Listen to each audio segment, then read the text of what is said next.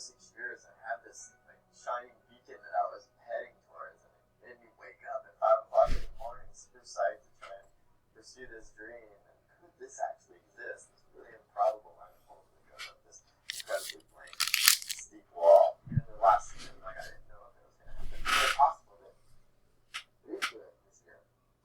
We never did. And now we had to be okay. We ended up having fun.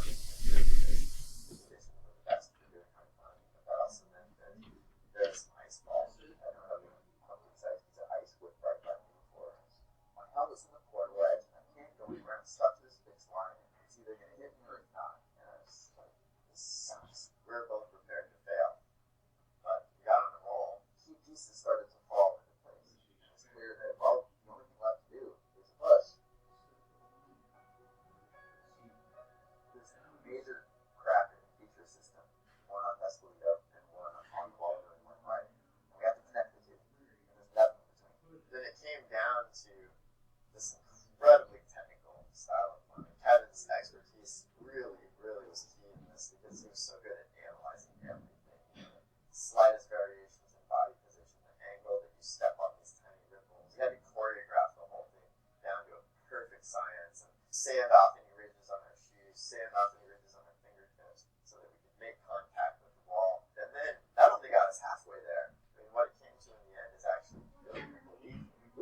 I didn't want to hold up our ascent, and I wanted to do it. We dedicated 6 years of our lives to doing this, coming down to this one hit. It was like the most competitive and intense and emotional roller coaster over those 7 days, battling with that 15 fish.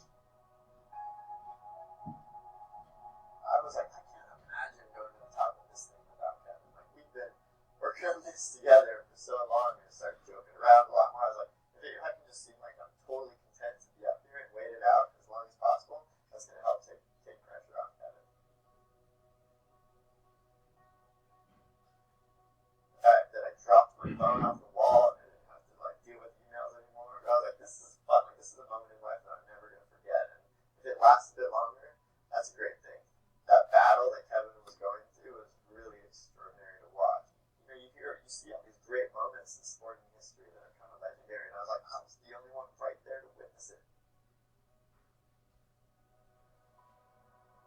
When you guys finally popped out, was it beef, jewel, Grabbing a down-pulling shelf and dancing on top, just felt like all of the stress and the desire and the focus that had been applied over the last 19 days just fall away. It was like weightless, and there was nothing else to do. My mind could not really even comprehend what was going on completely. I think I was at a point where I didn't totally care whether I ever finished it or not. I was that much in the and actually now that it's gone, I'm like quite worried about my life. I'm worried about my life a little bit. do you ever think about some kid out there who might have seen some of all this coverage, and what do you think they might be doing?